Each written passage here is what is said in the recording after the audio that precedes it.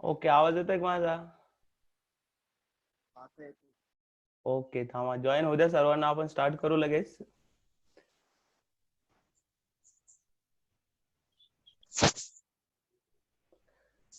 बघा, चॅप्टर 1 आहे mathematical logic. मी इथं फॉर्म्युला लिहितो एकदा. ओके, म्हणजे फॉर्म्युला लिहिले का तुम्हाला प्रॉब्लेम येणार नाही. Logical connective.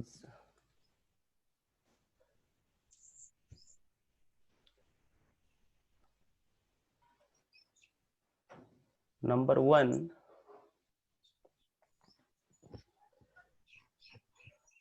and. Number 2, or. Number 3, not. Number 4,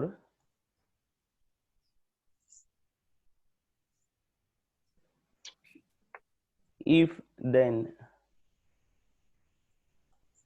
किंवा implies.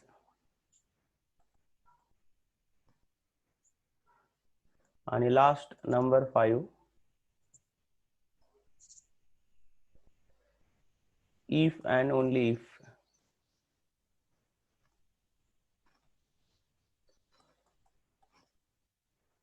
किंवा डबल इम्प्लाइज.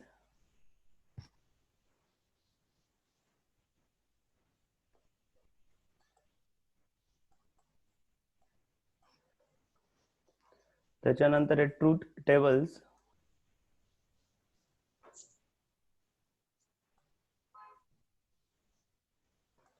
Number 1, conjunction. बघा, एवढे फॉर्म्युले आहे, तुम्ही लिहून घ्या रजिस्टरवर.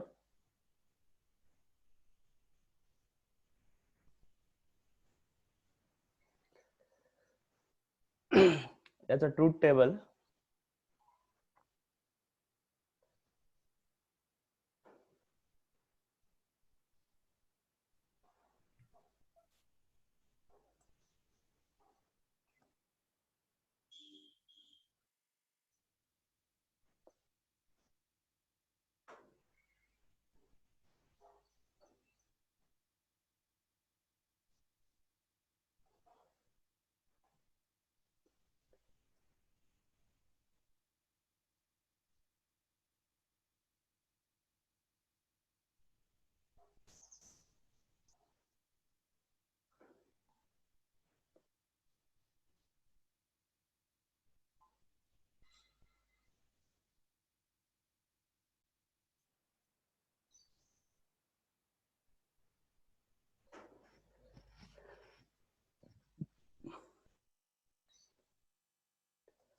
तर याचा ट्रूथ टेबल आहे P Q, P and Q, true, true, false, false, true, false, true, false. Combinations are true, otherwise all false. तर याच्यामध्ये फक्त आहे ना true and true, equivalent to true, otherwise all किंवा otherwise false. Number 2,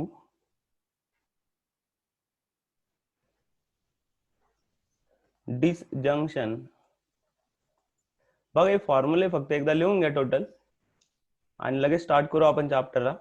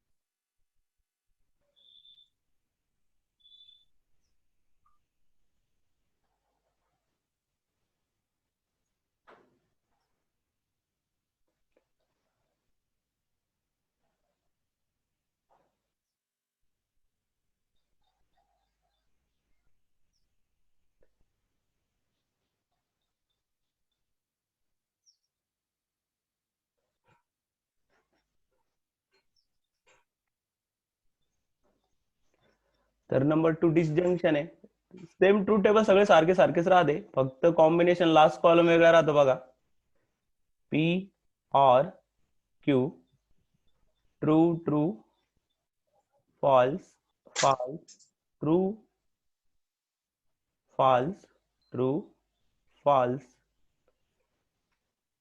true true, true false.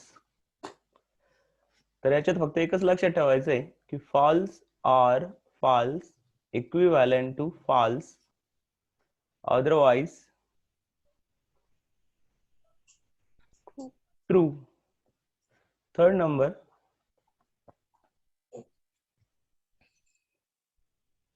conditional. Conditional bracket मध्ये लिहिले implication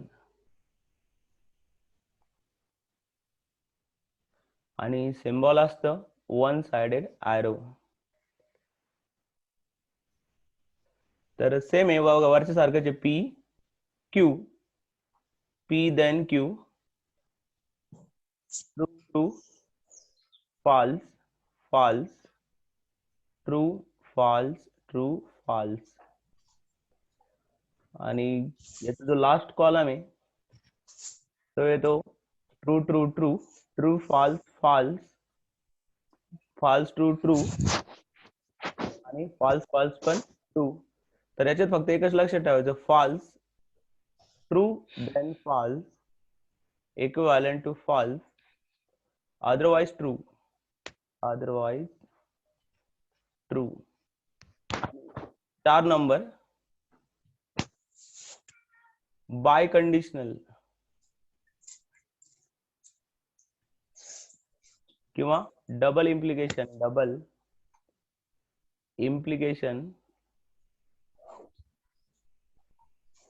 ब्रॅक आणि याचं जे सिम्बॉल आहे ते टू साइडेड ॲरो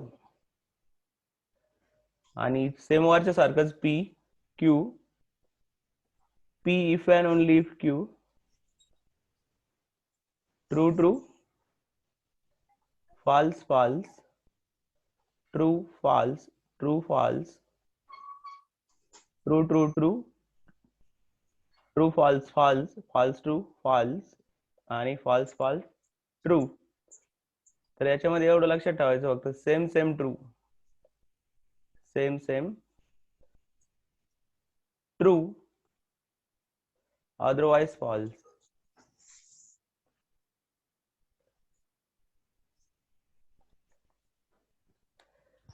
लिहा नाही तर स्क्रीनशॉट घ्या एक. ओके, घेतला का स्क्रीनशॉट? हो सर. ओके, क्लिअर करू ना? हो. आणि शेवटचा त्याच्यातला 5 नंबर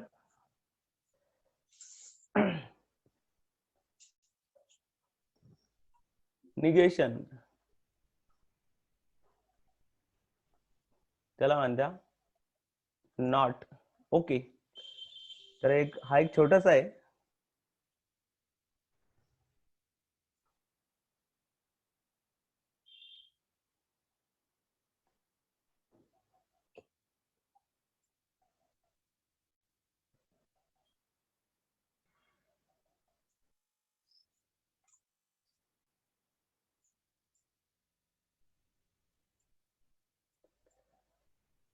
इथं राहतो पी आणि इथं राहतो निगेशन ऑफ पी. जर ट्रू असेल तर इथं राहतं फॉल्स आणि फॉल्स असेल तर ट्रू. आता अपोजिट राहते त्याच्यामुळे याला लक्षात ठेवायची गरजच पडत नाही. पुढचे फॉर्म्युले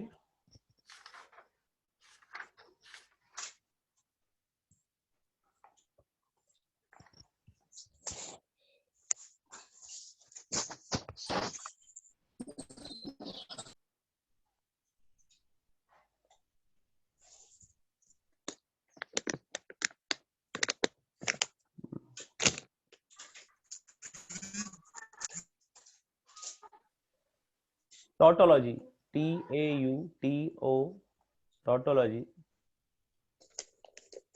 इथे फक्त एक लक्षात ठेवायचं, ऑल कॉम्बिनेशन्स आर ट्रू किंवा टी. कॉन्ट्राडिक्शन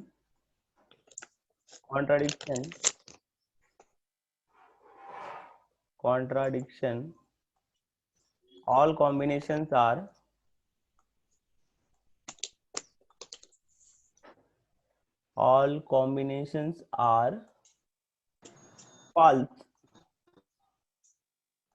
किंवा F. आणि तिसरा contingency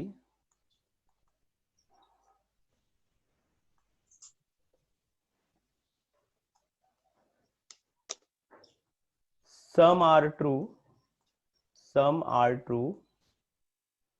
and some are false.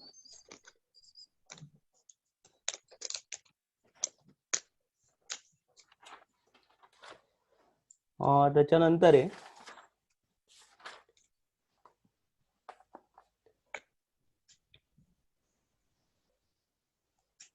Universal quantifier.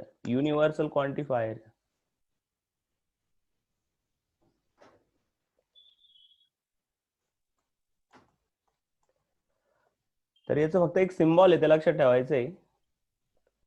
For all.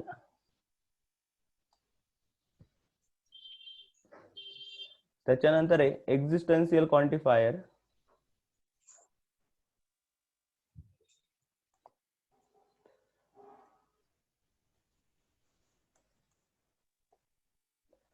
उलटा ही देअर एक्झिस्ट.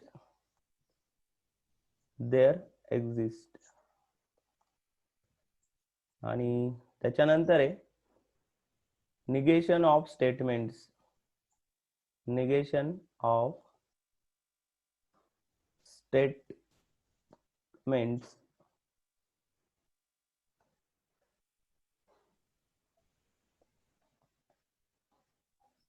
तर पहिला formula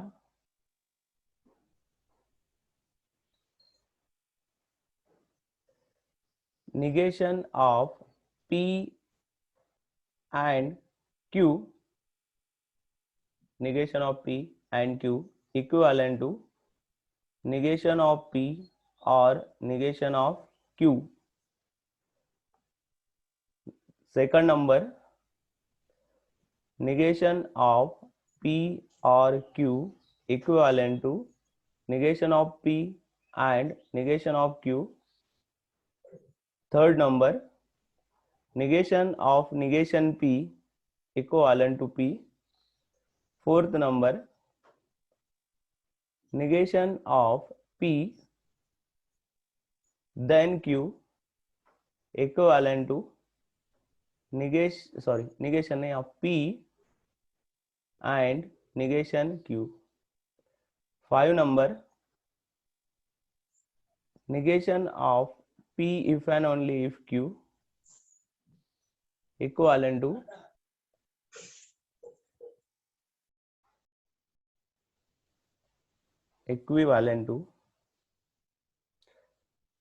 negation P or Q and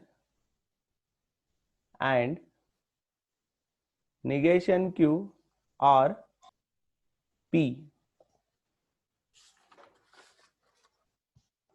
एक मिनिट हा चेक करू द्या मला.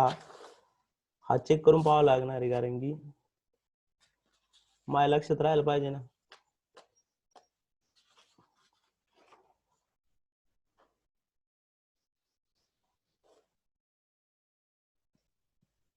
ओके एक मिनिट हा, लास्ट थोडस चेंज करायचं आहे. सिम्बॉल, फक्त सिम्बॉल बदलायचे आहेत त्याच्यातले. ओके. तर हा जो फॉर्म्युला असा आहे की P and negation Q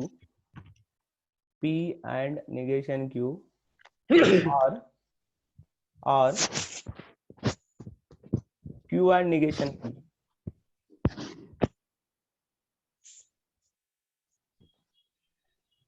ठीक आहे. तर हे झाले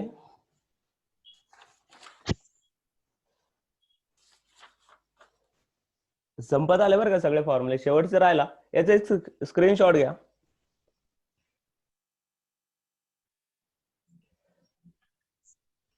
घेतला सर. ओके, घेतला का? Okay, right. आणि लास्ट टेबल आहे, आता संपले सगळे फॉर्म्युले संपले, लास्ट टेबल आहे फक्त.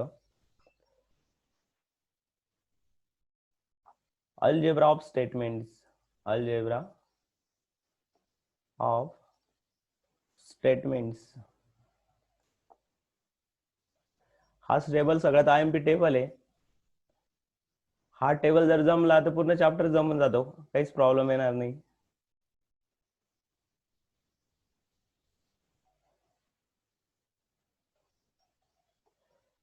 एक 2 3 4 5 6 7 8 9 10 11 12.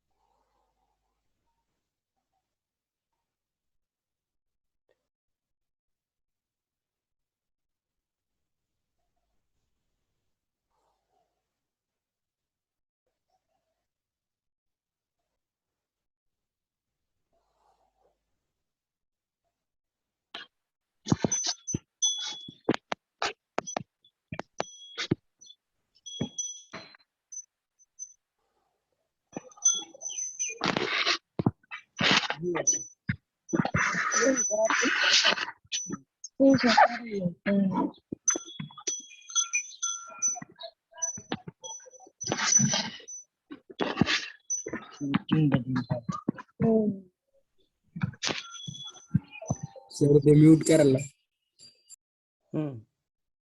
तर बघा, तर मी टेबल ड्रॉ केलेला आहे, पण मग त्यात फॉर्म्युले लिहायचे मला. तर हा सगळ्यात डिफिकल्ट नाहीच आहे, बट चॅप्टर मध्ये जर डिफिकल्टी लेवल पाहिली तर हाच डिफिकल्ट पॉइंट आहे. आणि तो म्हणजे एवढे सारे लॉ लक्षात ठेवून आहे तुम्हाला, की पहिले आयडेम्पोटंट लॉ, आयडेम्पोटंट लॉ. तर त्याच्यात आहे बघा, P अँड P म्हणजे स्वतःशीच रिलेशन घ्यायचं, equivalent to P, PRP equivalent to P म्हणजे स्वतःलाच बोलत राहायचं. कम्युटेटिव्ह लॉ, आता दुसऱ्याशी कम्युटेटिव्ह लॉ. आता याच्यात काय राहतं माहिती का, आदला बदल केली तर काही फरक पडत नाही. हा लॉ सांगतो आदला बदल करा, काही फरक पडत नाही. 2 into 3 = 3 into 2, Q and P. Same इकडे आहे, PRQ equivalent to QRP. Commutative law ई राहिलं. Okay. Associative law, associative law. तर हा जो लॉ आहे असोसिएटिव्ह, तो म्हणजे ब्रॅकेट शिफ्ट करता येते आपल्याला. P and Q and R असं जर असेल तर हा ब्रॅकेट शिफ्ट करता येतो. P and Q ला घेता येतो and R. ठीक आहे, याला असं पण लिहिता येतं, P and Q and R बिना ब्रॅकेटचं. थर्ड जो आहे, तर जसं मी अँड साठी घेतलेला ऑर साठी पण घेता येतं, म्हणजे P or Q or R equivalent to P or Q or R. आणि याला सुद्धा बिना ब्रॅकेटचं पण घेता येतं, P or Q or R. Distributive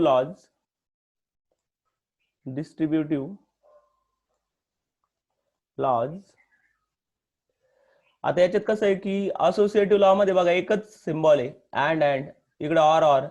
distributive मध्ये दोन्ही पण सिम्बॉल सापडत्या, म्हणजे इथं असेल P एक मिनिट हा, थोडस बॅक. इकडे जर असेल P अँड Q और R, बघ अँड पण आहे ऑर पण आहे, आणि ह्यावेळेस काय करायचं माहिती का, P and Q or P and R. Same आता उलट P or Q and R असं जर असेल तर याला लिहायचं P or Q and P or R. तर डिस्ट्रीब्युटिव्ह लॉ आहे डी, हा distributive law, De Morgan's laws, De Morgan's laws. तर डी मॉर्गनचे दोन लॉ आहे निगेशनचे, negation of P and Q equivalent to negation of P or negation of Q, negation of P or Q, negation of P and negation of Q. तर हे law अगोदरच लिहिलेले बघा, अगोदरच फॉर्म्युला लिस्ट मध्ये आहे ते. पुढचा आयडेंटिटी लॉ, आयडेंटिटी लॉ. तर आयडेंटिटी एकदम सिंपल आहे, P अँड T असेल तर याला लिहिता P और T असं असेल, P और T. एक मिनिट, P और T नाही चे, P अँड F. तर P और T पण आहे, ठीक आहे चालतं, काही प्रॉब्लेम नाही. P और T ची व्हॅल्यू ऑलवेज T येते, P and F, P and F ची व्हॅल्यू ऑलवेज F येते. आणि अजून एक आहे P और F, तर व्हॅल्यू येते P. त्याच्यानंतर आहे कॉम्प्लिमेंट लॉ, कॉम्प्लिमेंट लॉ. तर कॉम्प्लिमेंट लॉ मध्ये काय माहिती आहे का, P and negation P value always येते F, आणि P और निगेशन P व्हॅल्यू ऑलवेज येते T. ठीक आहे. त्याच्यानंतर ऍब्सॉर्प्शन लॉ, ऍब्सॉर्प्शन लॉ. तर ऍब्सॉर्प्शन लॉ मध्ये कसं येतं, P और P अँड Q. तर आन्सर बघून घ्या, P येतं, P and P or Q. Again answer येतं P. Conditional law, conditional law. तर कंडिशनल लॉ पण अगोदर आलेला आहे, P then Q is equivalent to negation P or Q. आणि शेवटचं एक खाली एक राहिला biconditional, biconditional law last या, आणि त्याची व्हॅल्यू आहे P if and only if Q equivalent to P then Q and Q then P. किंवा याला अल्टरनेटिव्हली पण लिहिता येतं, याला जर अल्टरनेटिव्हली पण लिहिता येतं, याला लिहिता येतं negation P or Q and negation Q और P. तर हा पूर्ण टेबल आहे, याचा एक स्क्रीनशॉट घेऊन ठेवा.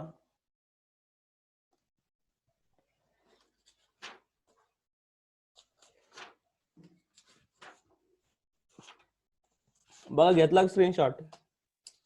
हो. ओके. तर हा जो चॅप्टर आहे हा टोटल बुक मध्ये M1 आणि M2 मध्ये एकदम सिंपल चॅप्टर आहे. तुम्हाला आहे ना होमवर्क वगैरे काहीच करायची गरज नाही, तुम्ही डायरेक्ट इथं लेक्चर जरी केलं, परत सांगतो, तुम्ही जरी लेक्चर जरी केलं नुसतं, तरी पण तुम्हाला पूर्ण लक्षात राहून जाईल. ओके.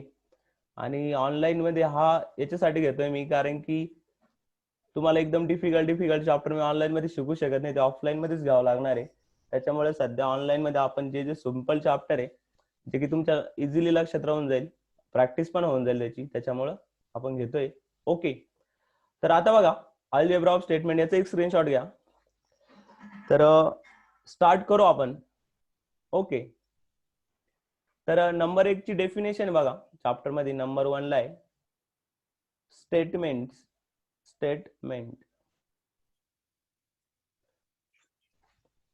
स्टेटमेंट नावाची डेफिनेशन आहे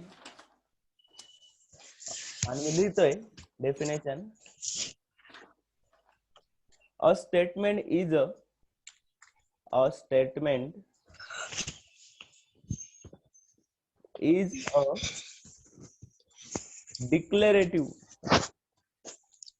declarative sentence which is either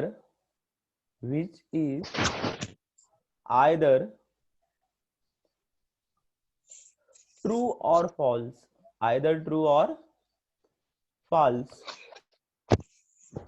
but not both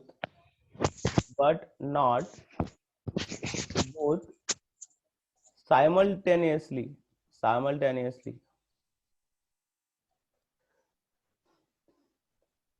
म्हणजे बघा असं सेंटेन्स की ज्याच्यामधून तुम्ही ट्रू किंवा फॉल्स लगेच सांगू शकता, तर अशा कोणत्याही सेंटेन्सला आपण काय म्हणणार आहे, सिम्पली स्टेटमेंट.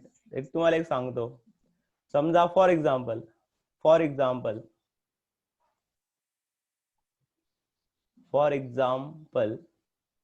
चुकलं का, समजा फॉर एक्झाम्पल आता बघा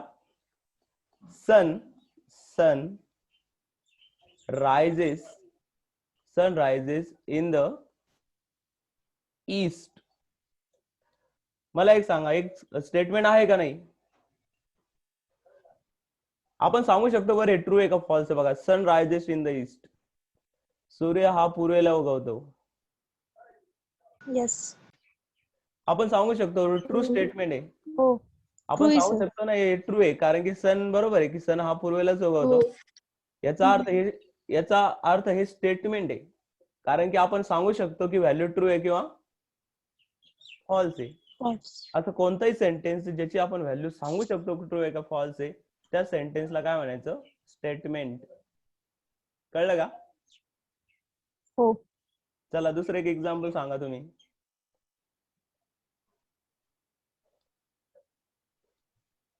एक्झाम्पल सांगा. हे बघा मी एक देतो. Every triangle has 3 sides. 90. 3 sides. Triangle 3 side असते ना. Yes. हे ट्रू आहे का फॉल्स आहे? True. ट्रू आहे.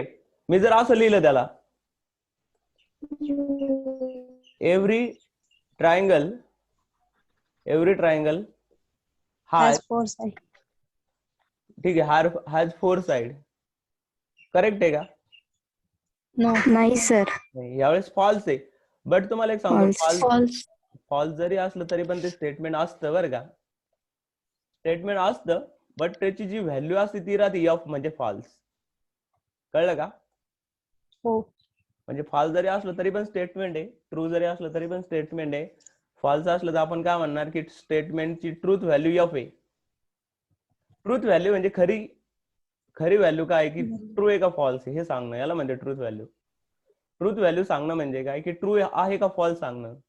मग हा जो पहिल्याची ट्रूथ व्हॅल्यू टी आहे कारण की तो ट्रू आहे.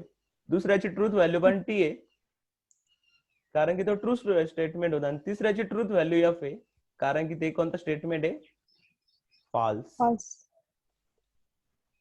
कळलं तुम्हाला? हो. हो sir. A natural number is an integer. एक वाक्य देतो मी तुम्हाला, हे याचा एक स्क्रीनशॉट घ्या. एकदा स्क्रीनशॉट घ्या. घेतलं का? हो सर. Okay right. आता मी एक वाक्य देतो तुम्हाला. तुम्ही ट्रू आहे का फॉल्स सांगा बरं का. A natural number is an integer. अ नॅचरल नंबर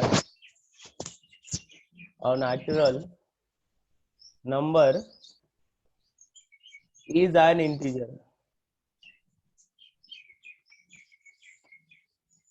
का सांगता येईल.